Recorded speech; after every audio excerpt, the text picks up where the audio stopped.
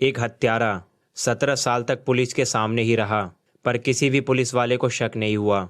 हत्यारे ने खुद ही सीएम को लेटर तक भिजवाया और जब पड़ोसियों और आसपास के लोगों को शक होने लगा तो खुद को बचाने के लिए उसने क्राइम थ्रिलर फिल्में देखी। फिर खुद ही हाई कोर्ट में याचिका डाल दी, ये कहते हुए कि पुलिस कातिल का पता नहीं लगा पा रही है, इसलिए केस को सीबीआई के हवाले कर दिया जाए।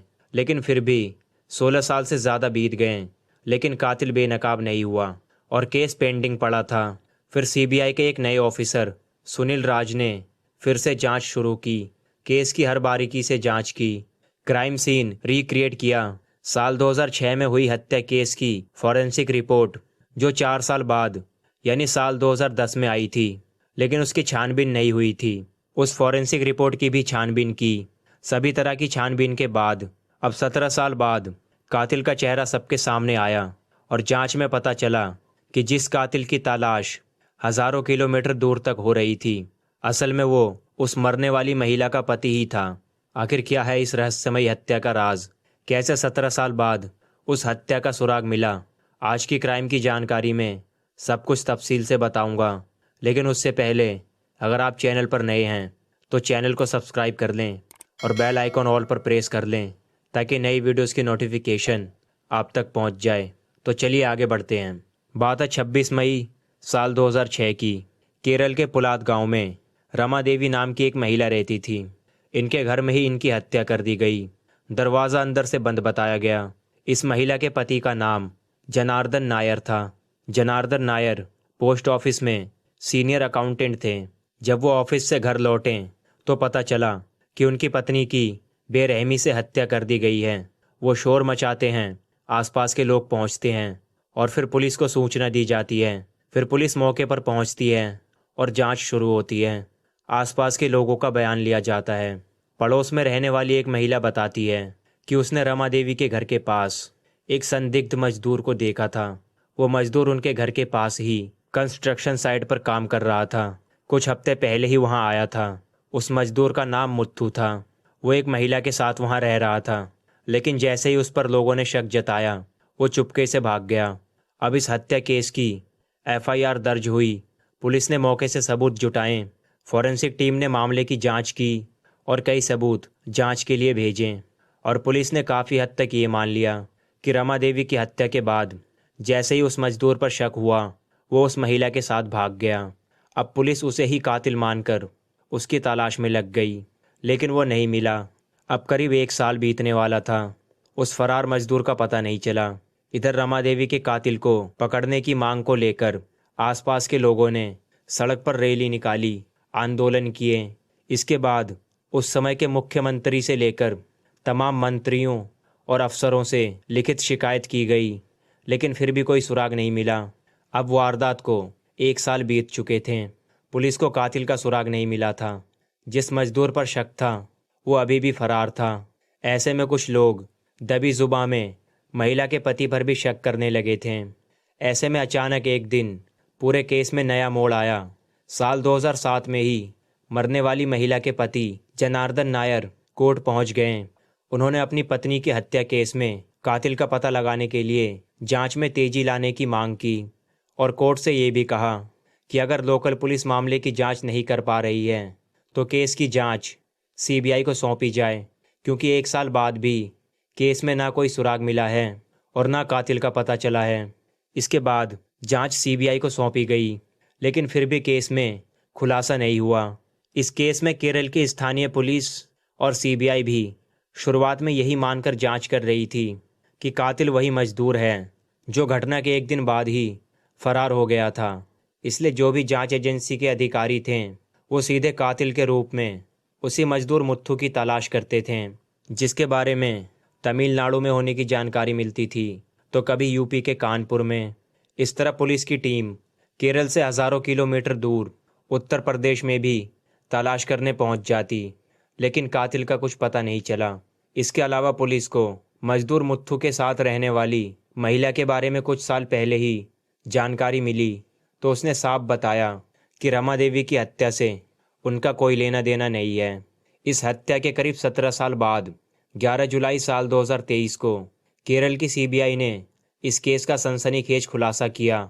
इस केस में हाई कोर्ट में सीबीआई से जांच कराने और असली कातिल का पता लगाने की मांग करने वाले जनार्दन नायर को ही गिरफ्तार किया गया, जो मरने वाली महिला रमा देवी के पति हैं।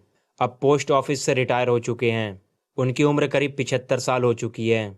असल में इस रहस्यमयी हत्या का खुलासा करने में सीबीआई के नए अधिकारी इंस्पेक्टर सुनील राज ने फिर से फाइल खोली और इस बार उन्होंने शुरू से यानी पहले दिन से जांच करने का फैसला लिया।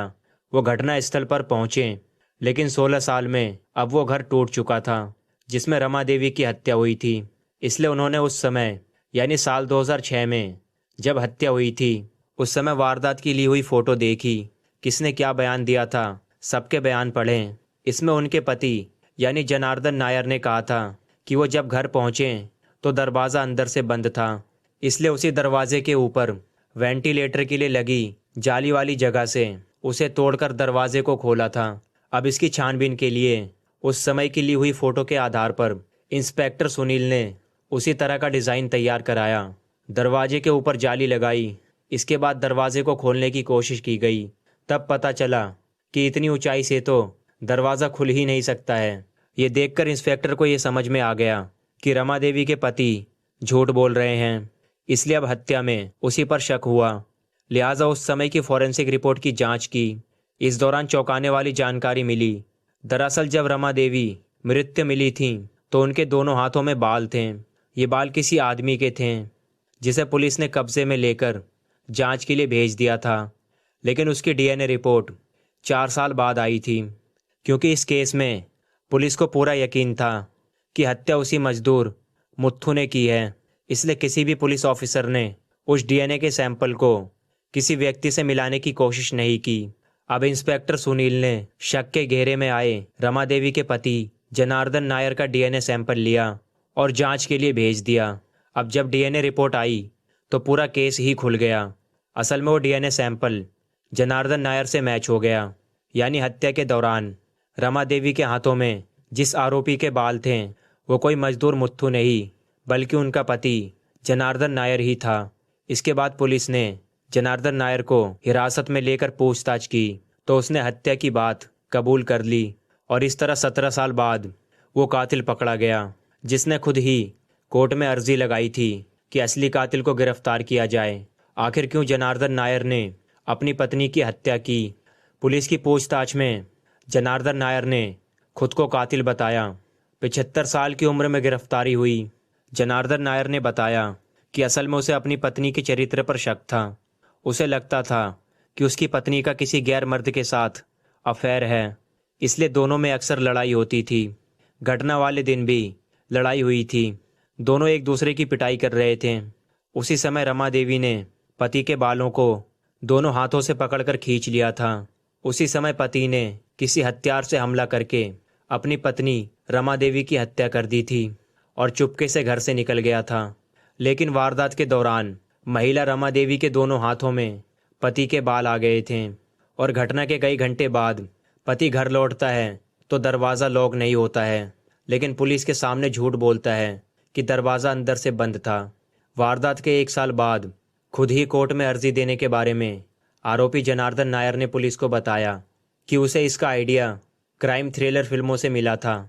असल में कुछ लोगों को शक होने लगा था कि कहीं पति ने ही रमा देवी की हत्या तो नहीं कर दी, इसलिए उसने सोचा था कि अगर वो कुछ नहीं करेगा तो लोग उस पर शक करेंगे।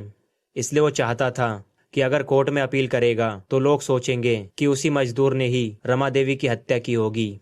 इसलिए जनार्दन नायर ने किसी क्राइम थ्रिलर फिल्म को देखकर ये कदम उठाया था, लेकिन वही कदम आखिर में उसे पकड़वाने में बड़ी भूमिका बना। मुजरिम चाहे कितना भी शातिर हो, एक न एक दिन वो पकड़ा ही जाता है। दोस्तों, आपकी क्या राय है इस वीडियो के बारे में? कमेंट करके ज़रूर बताएं और वीडियो को लाइक करते हुए शेयर ज़रूर करें। क्राइम की दुनिया से ऐसी ही जानकारी के लिए हमारे चैनल को सब्सक्राइब करके बेल आइकन ऑल पर प्रेस कर लें ताकि नई वीडियोस की नोटिफिकेशन आप तक पहुंच जाए। तो मिलते हैं दोस्तों ऐसी ही किसी कहानी के साथ। तब तक अपना ध्यान रखें। धन्यवाद।